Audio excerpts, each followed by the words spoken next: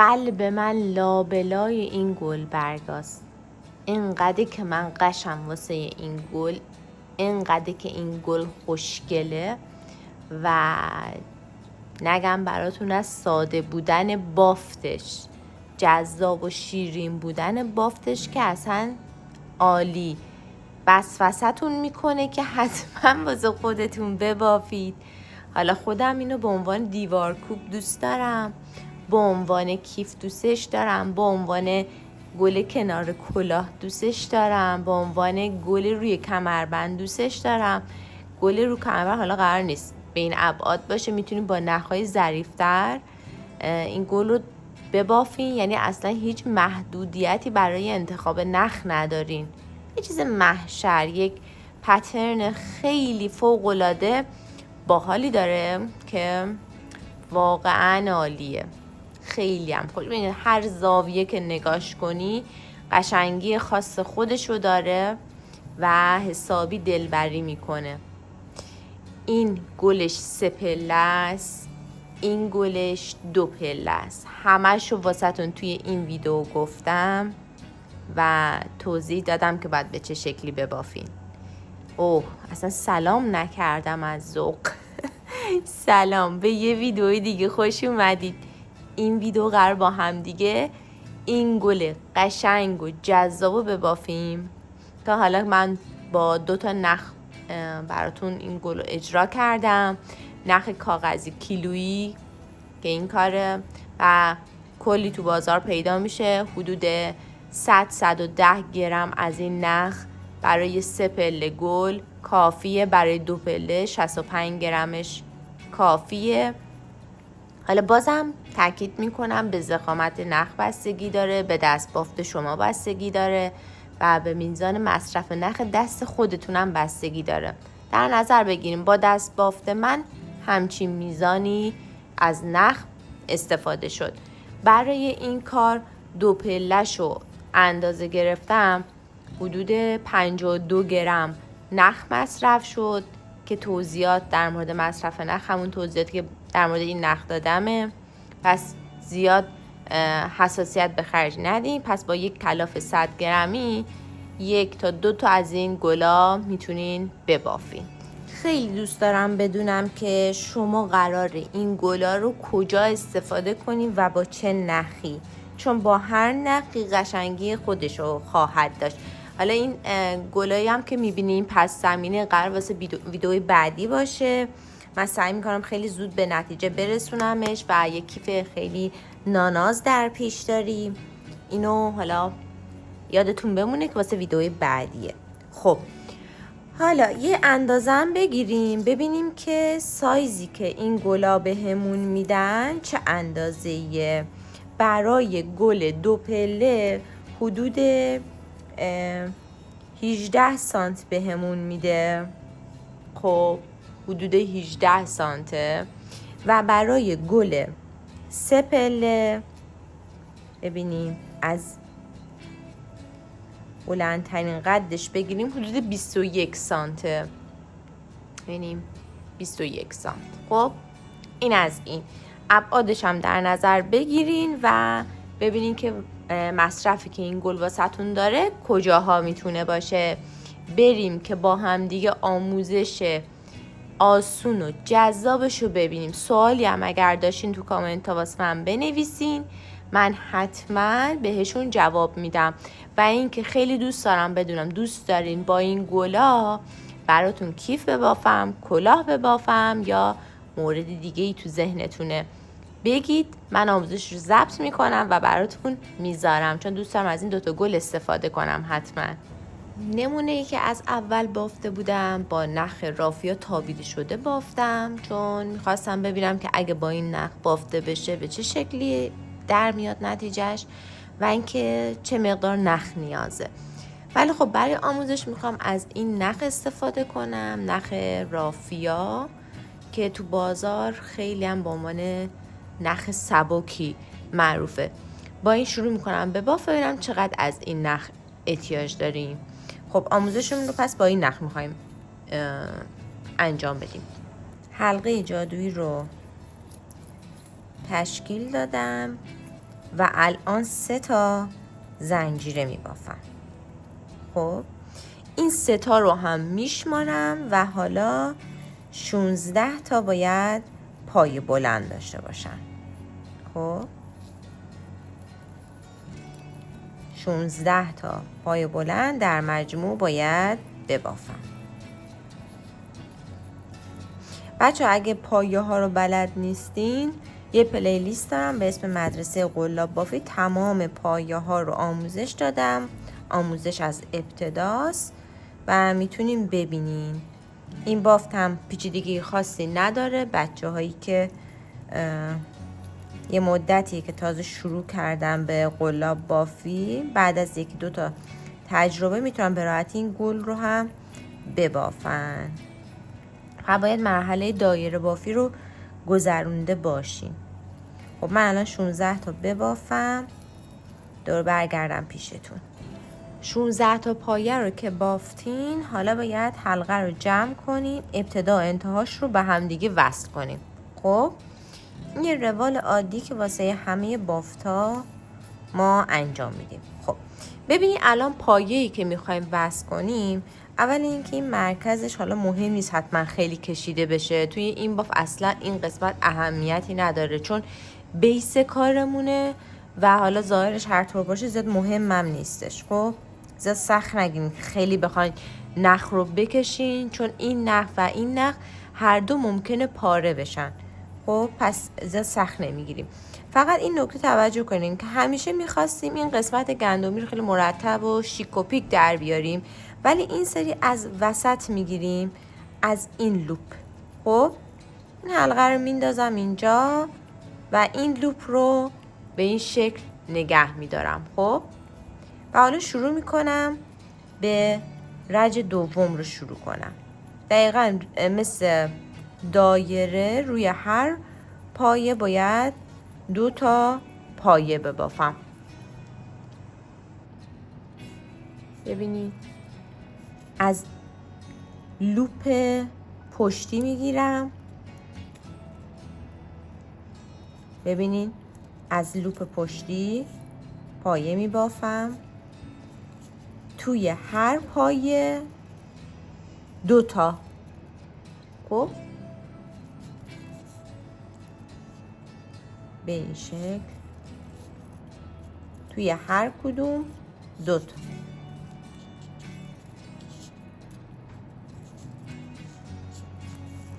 خب این انتهای رج که رسیدم 32 تا باید پایه بلند داشته باشین. مثل قبل وصل میکنم و رج بعد رو شروع میکنم. بچه ها این گل سایزش روی تعداد رج هایی که میبافین مشخص میکنه. حالا من تو انتهای ویدیو بهتون کامل مفصلتر توضیح میدم که هر رج که اضافه میشه چقدر به ابعاد گلتون میتونه تاثیر بذاره و تغییرش بده. حالا من 3 رج میبافم، شما میتونید از 2 رج، 3 رج، 4 رج همجوری گلتون رو بزرگ و کوچیک کنید سایزش رو.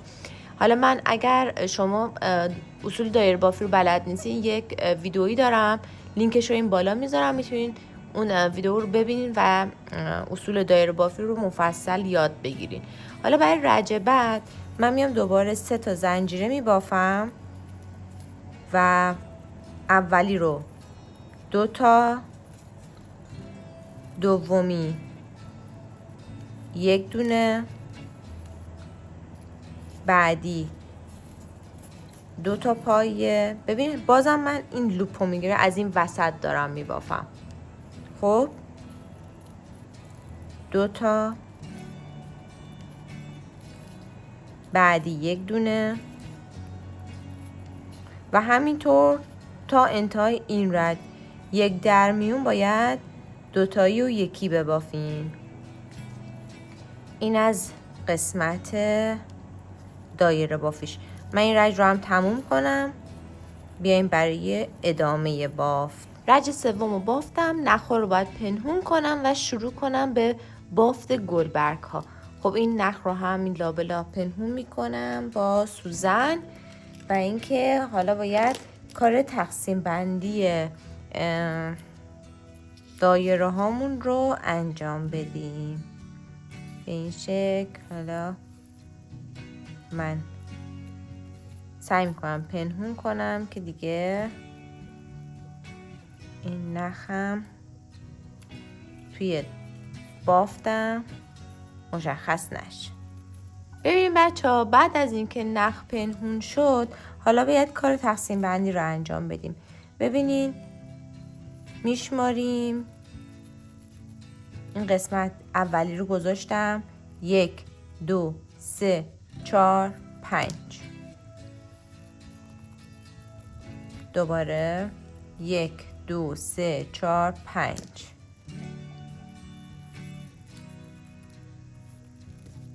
یک دو سه چهار 5. این به این ترتیب به تعداد مساوی تقسیم شد. خب یعنی 1 2 3 4 دونه 4 حساب کنید. به این طرح 16 تا رو به 4 قسمت تقسیم کردم. الان میخوام شروع کنم به بافتن. خب قسمت اول رو در نظر میگیرم که کدوم نقطه است. از همینجا باید نخ رو بگیرم. بیارمتون نزدیکتر. خب ببینید از این قسمت نخ رو مثل سریای قبل به کار وصل میکنم. خب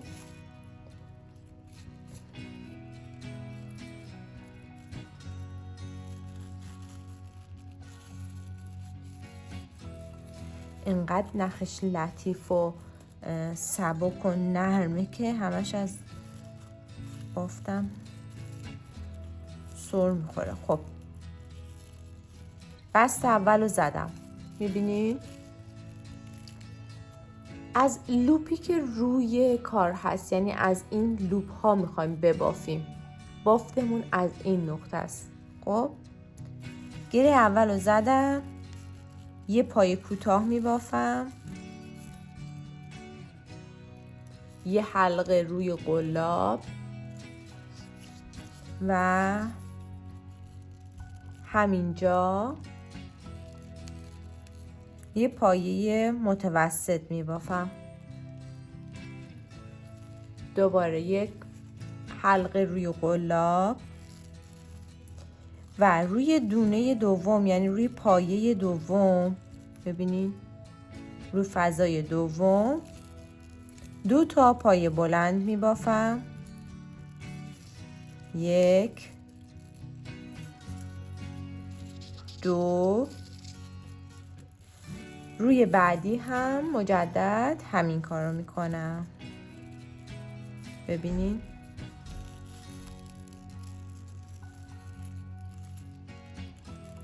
دو تا.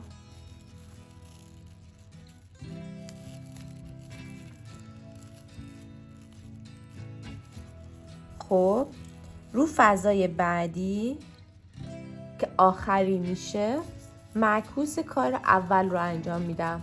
حالا پایه هم میشه پایه متوسط.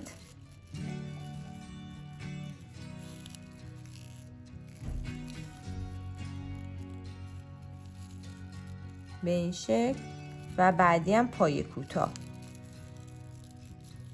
به این نخ رو هم سعی کردم توی باف همراه خودم داشته باشم که الان دیگه میشه چید.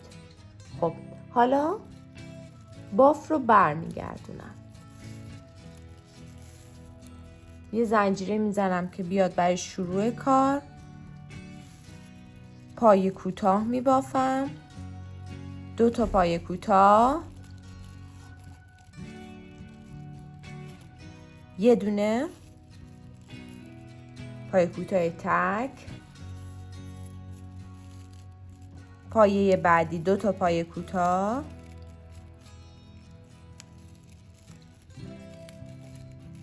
پایه بعدی یه دونه پایه تک، بعدی 2 تا پایه کوتاه،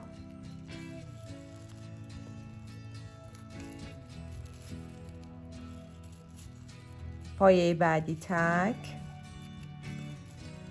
پس این رجی که داریم برمیگردیم و یک در میون پایه هامون 2 تاییه.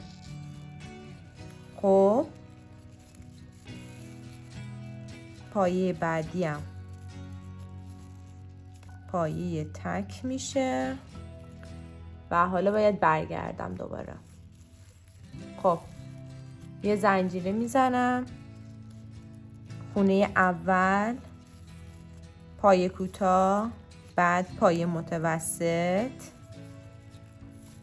بعدی پایه یه دونه، پایه بلنده یکی بافتم، خونه بعدی پایه بعدی 2 تا پایه بلند می بافم. افزایش داریم اینجا. این رچ هم 1 در میون باید پایه 2 تایی ببافیم، افزایش بدیم. 1 دونه 2 تا.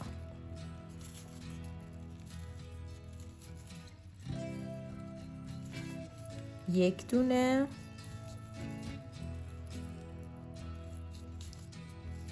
2 تا.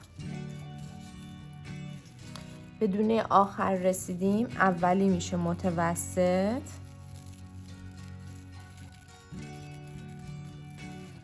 بعدی میشه پایه کوتاه. دوباره برمیگرد. یک زنجیره، همون فضا 1 پایه کوتاه.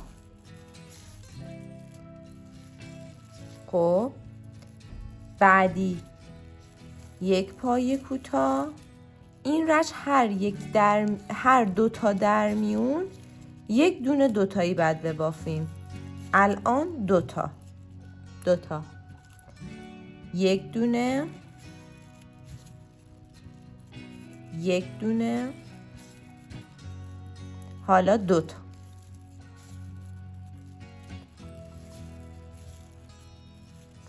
این رچ کامل 1 در میون 2 تایی می بافم. بعد از اینکه این رچ کامل شد، به انتها رسیدیم، باید دوباره بافتمون رو برگردونیم. خب 1 پایه میزنم، 1 پایه کوتاه، 1 متوسط.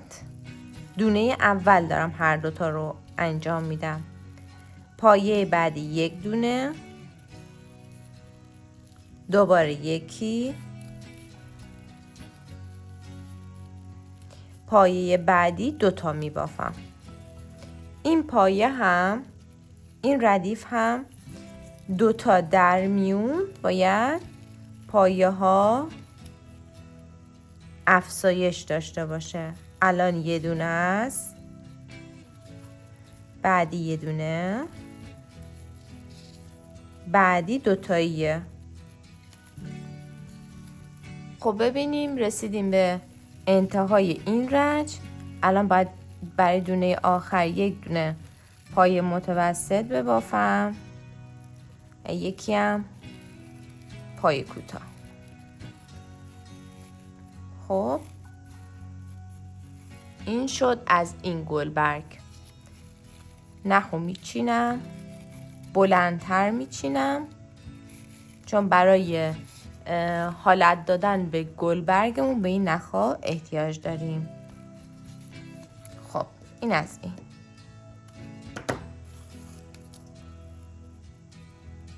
فعلا با این گلبرگ کاری نداریم. حالا میایم اینجا حد فاصله بین این 2 تا مارکر رو بعد شروع کنیم به بافتن.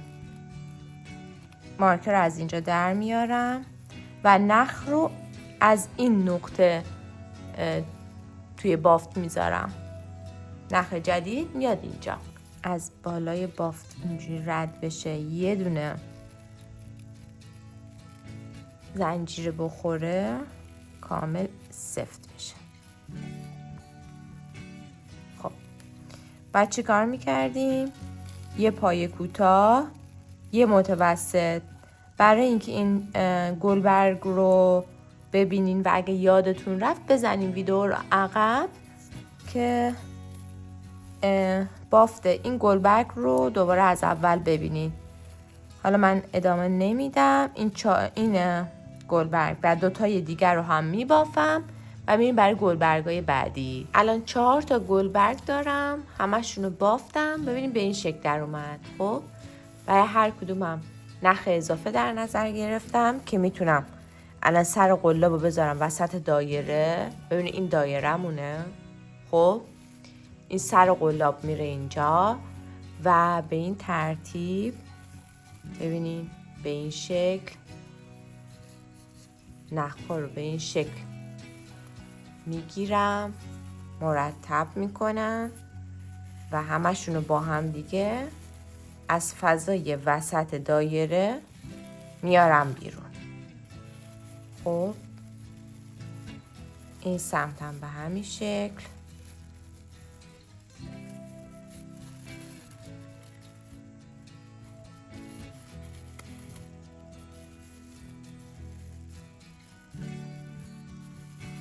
خب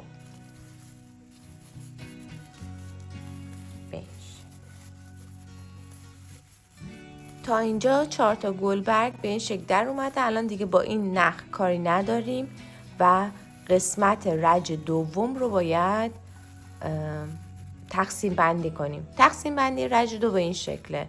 مارکر اولی رو میذارین 1 2 3 4 5 6 7 8 مارکر میذاریم. دوباره از بعدی 1 2 3 4 5 6 7 8 مارکر و همینطور تقسیم میکنیم. اینجا هم 4 تا گلبرگ باید ببافیم. خب به همین ترتیب 4 تا گلبرگ هم اینجا میبافیم. الان یه دونه رو در میاریم. خب سر قلاب بره اینجا. این از نخ به همون شیوهی که اول بهتون گفتم. ببینید این نخ میاد این سمت به این شکل. اولی میشه پای کوتاه، پایه متوسط، خونه دوم. ببینین لوپ بعدی رو الان باید بگیرم. 2 تا پای بلند،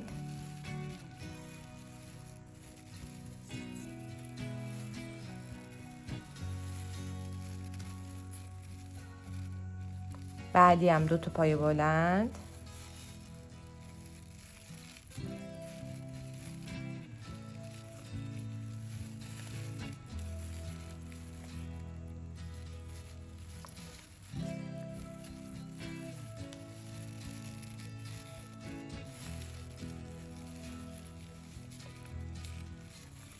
این ردیف پایا همه 2 تا پای بلنده به جز دونه اول و دونه آخر که پای متوسط و پای کوتاه هستن. این دونه آخره و الان باید یه متوسط بگیرم. این پای متوسط و پایه کوتاه برمیشه. حالا این برمیگرده و برای این رج 1 درمیون پای کوتاه میبافم.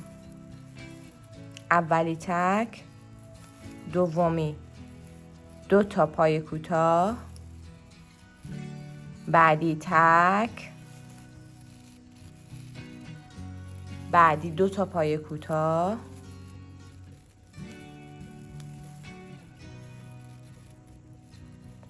بعدی تک.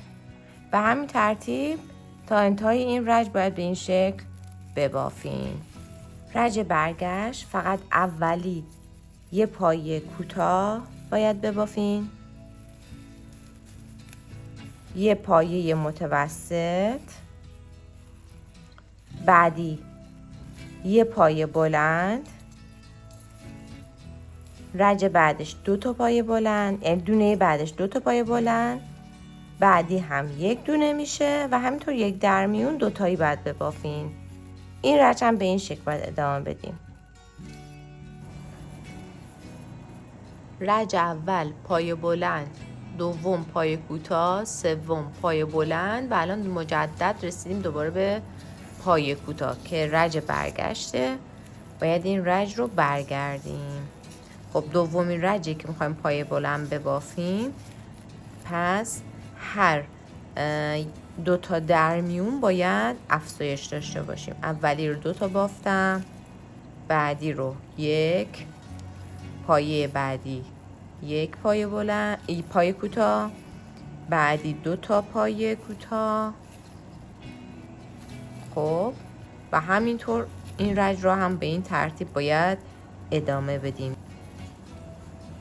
رج 4 پایه کوتاه ها بافته شد. رج 5 دوباره باید برگرده. ابتدای رج پایه کوتاه و پایه متوسط رو می بافم و از رج های بعدی هر 2 تا پایه بلند تک یه دونه پایه بلند افزایشی باید ببافیم. ببینین 1 2 تکی، بعدی 2 تا پایه بلند که افزایش داشته باشه. این رج رو هم ادامه میدم به همین صورت. انتهای رج رو هم با پایه متوسط و پایه کوتاه جمع میکنم و نخ رو میچینم. این کار رو برای گلبرگای دیگه که این قسمت تعیین کردیم هم باید انجام بدیم، تکرار کنیم. در نتیجه 4 تا گلبرگ داریم در نهایت. الان هر 4 گلبرگ بافته شد. خب ردیف دوم رو کامل بافتیم و قراره بهش حالت بدیم. ببینین هر قسمت از گلبرگ ردیف اول که اینجاست، این ردیف دوم ادامهش باید بیاد به این نقطه. ببینین قلاب رو من از این قسمت میارم، خب این رو نخش رو میکشم بیرون. میبینین؟ یعنی پس نخ ردیف دوم از این سم میاد بیرون. هر 4 تا رو میارم بیرون. نخ رو دیگه باید آروم آروم پنهون کنیم. اینم باید بیاد. ببینیم هر سمت رو که میخوایم پنهون کنیم بگیریم به این سمت دستتون. خب گلبرگ ردیف اول رو پیدا کنی، این باید بیاد این سمت به این شکل. خب 1 2 تا پایه بعدش رو در نظر میگیریم و نخش رو میکشیم. به همین ترتیب مرتب میشه. مرتب بشه یه چیزی به این شکل در میاد. خب ببینین کاملا به سلیقه و نیاز خودتون بستگی داره. میتونین گلتون رو تا همین مرحله نگه دارین و فقط دایره‌تون رو هم تا 2 رج ببافین. رج اول رج دوم ببافین، 2 لایه گلبرگ واسش در نظر بگیرین، به همچی اندازه‌ای میرسین. ببین الان سایزش رو هم با هم دیگه میبینیم که این ابعاد گل به چه سایزیه. خب با هم ببینیم. یه چیزی حدود 18 سانته. خب گلمون یه چیزی حدود 18 سانته. هم این نخ و هم این نخ هر دو تا ابعاد یک اندازه‌ای دارن. خب حالا یه ذره این گلش یک سانتی شاید اضافه تر باشه. خب دیدین دیگه ابعادشو. اینم 18 البته هم اندازن انگار. 18 و 18 مساوی هن. و اینکه الان این نتیجه کار با این نخه، خب با رافیا ناس و اینم که با همون نخای کیلویی کاغذی رافیا کاغذیه. خب نتیجهشون یکیه. اما وزن این تا رج دوم شده 65 گرم و این گل شده 52 گرم. خب پس تا اینجا این 52 گرم شده، اینم شده 65 گرم. یه ذره وزن این بیشتره. خب این تا اینجا خیلی سبک‌تره. همینطور که میبینیم من تمام نخ‌ها رو پنهون کردم و الان گلم خیلی ترتمیز و خوشگل آماده است. خب این شد تا اینجا. اگه بخواین همینجا نگه دارین که گلتون تا همینجا اوکیه. اگر نه میتونیم برای رج بعد هم ادامه بدیم. الان واسه رج بعد 48 تا پایه داریم. خب رج سوم 48 تاست و 48 باید تقسیم بر 4 کنیم و این قسمت تقسیم بندی رو انجام بدیم. ببینین من از اینجا میام پایه رو شروع میکنم. این گلبرگا رو دیدین؟ خب من مارکر رو میذارم اینجا و شروع میکنم به تقسیم بندی کردن که گلبرگ ها قشنگ روی همدیگه باشن. خب خیلی مهمه. خب بچه ببینیم من الان تقسیم بندی رو انجام دادم و به 4 تا قسمت تقسیمش کردم. خب الان میخوام بیام بافتم رو شروع کنم و مثل قبل دقیقاً روش قبل رو میتونم پیش ببرم. روش قبل رو بخوایم پیش ببرین بافتتون همون حالت موجی خودش رو حفظ میکنه. اما اگه نه بخواین این قسمت گلبرگ آخر موجیشو کمتر داشته باشه باید تعداد افزایش های خودتون رو کمتر کنین. من برای گلی که این قسمته افزایش رو ذره کمتر در نظر گرفتم. گلبرگ پایین، گلبرگ انتهایی تعداد موج کمتری داشت در نتیجه. خب این از این که با پای کوتاه، پای متوسط دونه اول رو زدم. دونه بعدی طبق الگوی قبل باید همشون رو دوتا ببافم. خب حالا شما میتونین یک درمیون دوتاش کنین و همینطور به افزایش‌های خودتون تغییر بدین. خب یا میتونین اگر دوست دارین همچنان گلبرگاتون این موج رو حفظ کنه، این چین و موج رو حفظ کنه، به همون شیوه گلای قبلی پیش ببرین. میتونین ردیفی که پای کوتاه داره اصلا افزایش ندید. خب اینا کاراییه که میتونین انجام بدین تا گلبرگ رج سومتون هم با شکلی که دوست دارین در بیاد.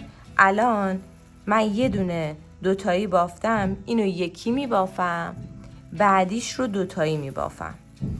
خب این یک، این دو. خب بعدی رو دوباره میتونم یکی ببافم. این از این. بعد مثلا پای کوتاهش رو دیگه افزایش ندم. همینطور 3 رجی که مثل قبله میتونم ببافم و کارمو تموم کنم. پس این قسمت دیگه توضیح خاصی نداره، کاملا دست خودتونه. یا اصلا میتونی مثل 2 مرحله قبلی افزایش ها رو مثل 2 مرحله قبل انجام بدین. این از این. روی این گل داشتم مرحله سوم رو میبافتم. خب ببینین وقتی چین بدم و مثل قبل بخوام ببافم اومدم چیکار کردم؟ این رج همه رو دوتایی بافتم. ببینین همه دوتاییه. خب پای کوتاهاش هر 2 تا پایه یه دونه دوتایی زدم. این رجم یکی درمیونه، دقیقا مثل این گلبرگ اومدم عمل کردم. این خیلی چین خورد. خب یه گلبرگ رو میتونین به این حد چین بدین، یه گلبرگ دیگر رو میتونین کمتر چین بدین. چین دادن چی بود؟ همون افزایش پایه هاست. افزایش پایه ها رو میتونین کاملا دست خودتون باشه به چه شکلی میخواین افزایش بدین. ولی به دید من هر چقدر این چین بیشتر باشه گلتون قشنگتر میشه. حالا نه اونقدر زیاد که همش حالت اینجوری باشه، این اصلا قشنگ نیست، نه اونقدرم کم که مثل حالت کفی دایره به این شکل بخواد در بیاد. پس یه چین نرمال براش در نظر بگیرین. خب این از این. بعد که کارتون تموم شد این گلبرگ آخر ببینید از قسمت رویی گرفتم دیگه. اینجا از لوپ ببینید این بافتی که دارم میزنم خب از مستقیم از گندمی آخر گرفتم، از لوپ بر نداشتم، از این قسمت 2 تا گندمی با هم رد کردم قلابو. خب این نکته بود که داشت فراموشم میشد که باید بهتون میگفتم. حالا من این گلبرگم دارم میبافم. این قسمت پای کوتاه زیاد نمیخوام افزایش بدم و به همین شکل در نهایت این قسمت هم اگر ببافم یه دونه این گل برگم مونده، ببافم این گل من تموم میشه، چون برای 3 تا رج دایره بافته بودم و تا همینجا گلم تموم میشه. خب الان این گلبرگ رو با هم وصل کنیم که وصل این گلبرگ رو هم ببینیم. نگاه کنین الان این 2 تا گلبرگ، این که شروعه، این همین قسمتیه که نخ اضافه رو نگه میداریم. باید کجا وصل شه؟ این گلبرگ شروع گلبرگ دومیه. خب پس میره زیرش، به این قسمت زیریش، میبینین؟ به این قسمت زیریش وصل میکنم. سر قلابو میارم بیرون، ببینی از این قسمت این نخو میکشم. به همین سادگی قشنگ این گلمون لایه لایه میشه. دیدین؟ خیلی قشنگ میشه، من خودم عاشقش شدم. و اینکه حالا فرض کنین که میخواین به یک کیفی کلاهی چیزی بدوزین و وصلش کنین. خب وقتی که هر آیتمی که در نظر گرفتین میخواین بدوزین، کافیه گلبرگای آخر، رج آخر رو ببینید این 2 به 2 این 2 تا رو با هم بدوزین. خب این 2 تا رو با هم بدوزین به کار، به این شکل بدوزین که دیگه گلتونم خوشگل وایسه. به این شکل اینجوری بدوزین به کار، به این شکل میبینین بدوزین دیگه کارتون خیلی خوشگل و شیک وایسه. لایه سومم کامل شد، ببینین به این شکل گلبرگاش بافته شد و دوخت پایان کار، تمیز کاریاش هم انجام دادم و الان دیگه گلم آماده است. خب فقط کافیه با دست اینو صاف کنم به این شکل، ببینیم با کف دستم یه ذره بهش حرارت بدم و به این شکل گلبرگشو ببینین قشنگ بازتر میشه. این لایه لایه با دست اینو میتونم فرم بدم و دیگه خیلی قشنگتر و جذابتر بشه. خب این کار رو حتما به نظرم انجام بدین، چون زیبایی گلتون خیلی بیشتر میکنه و خیلی کارتون شیک‌تر میشه. خودم اینو برای دیوار کوب خیلی میپسندم، احساس میکنم سایزش سایزیه که مثلا لابلای تابلو دیوار کوبا باشم این چیز خیلی بانمکی بشه. خیلی دوست دارم بدونم که دوست دارین از این گلا کلاه یا کیف در بیارین یا خودتون واردین که باید چی کار کنین. حتما بهم تو نظرات بگین و اگه این ویدیو رو دوست داشتین لایک یادتون نره و کانال اگر سابسکرایب نکردین این کار رو انجام بدین تا ویدیوی بعدی و آموزش بعدی. خدا نگهدار.